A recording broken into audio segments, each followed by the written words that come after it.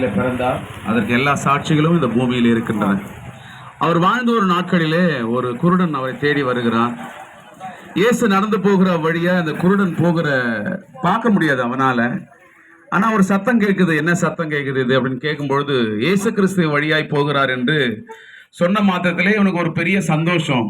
இந்த இயேசுவை குறித்து அவன் பல நாளைக்கு முன்பாக கேள்விப்பட்டிருக்கிறான்.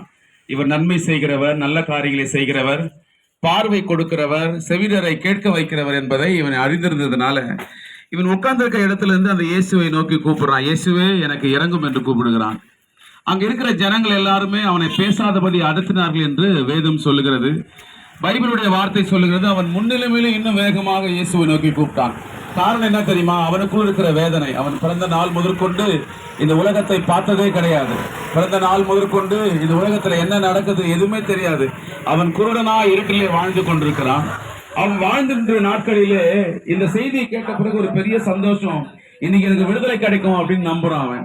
எனக்கு அன்பான கடவுளுடைய ஜனங்களே, உங்களுக்கு ஒரு சின்ன விஷயத்தை நாங்க சொல்ல விரும்புறோம். ஒருவேளை இருளில் வாழ்ந்திருக்கலாம்.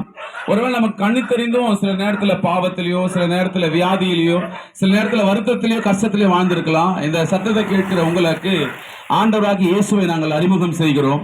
இந்த இயேசு எல்லாவற்றையும் செய்ய வல்லவர். அவர் எல்லாவற்றையும் சுகம் கொடுக்க வல்லவர். அவர் வியாதியுள்ளவர்களுக்கு சுகம் கொடுக்க வல்லவர். கஷ்டத்துல கண்ணில் இருக்கிற ஜனங்களுக்கு விடுதலை கொடுக்க வல்லவர். அதே போலதான் இந்த குருடன் அவரை நோக்கி கூப்பிடுகிறான். எல்லாரும் அவனை அதட்டும் போதெல்லாம் அவன் இன்னும் அதிகமாய் கூப்பிடுகிறான். இவன் கூப்பிடுகிற சத்தம் இயேசுடைய காதல் விழுந்த உடனே பைபிள் சொல்லுகிறது அவர் அங்கேயே நின்றார் என்று சொல்லப்பட்டிருக்கிறது. ஒருவேளை உங்க கஷ்டத்துல நீங்க அழுது கொண்டிருக்கலாம். ஒருவேளை உங்க கஷ்டத்துல யாரெல்லாம் எனக்கு உதவி செய்வா, நான் கஷ்டத்துல இருக்கிறேனே, யாருன்னா எனக்கு உதவி செய்வாங்களா, எந்த வியாதியில இருந்து என்னை சுகப்படுத்த முடியுமா, நான் ரொம்ப வருத்தத்துல இருக்கிறேனே, யார் எனக்கு விடுதலை கொடுப்பான்னு ஒருவேளை நீங்க ஏங்கி கொண்டிருக்கலாம். என் அன்பு கடவுளுடைய பிள்ளைகளே, உங்களுடைய சத்தம் இயேசுடைய காதுகளை கேட்ட மாத்திரத்திலே அவர் அங்கே நின்றார் என்று சொல்லப்படுகிறது. அதே மாதிரிதான் நீங்கள் கூப்பிட்டு கொண்டே இருக்கும் பொழுது ஒரு நாள் இல்ல ஒரு நாள் உங்களுடைய சத்தம் இயேசுடைய காதுகளை விழும்போது நிச்சயமா சொல்றேன், அந்த குருடன் அங்கே நின்றார் என்று சொல்லப்பட்டிருக்கு. அந்த குருடனை கூட்டிக் கொண்டு வந்தார்கள். அந்த குருடனுடைய கண்கள் திறந்தது. அவன் பெயர் தான் பர்த்திமேயு என்று எங்களுடைய வேதம் சொல்லுகிறது. ஒருவேளை இந்த நேரத்தில் நீங்க இந்த செய்தியை கேட்டுக்கொண்டிருக்கலாம்.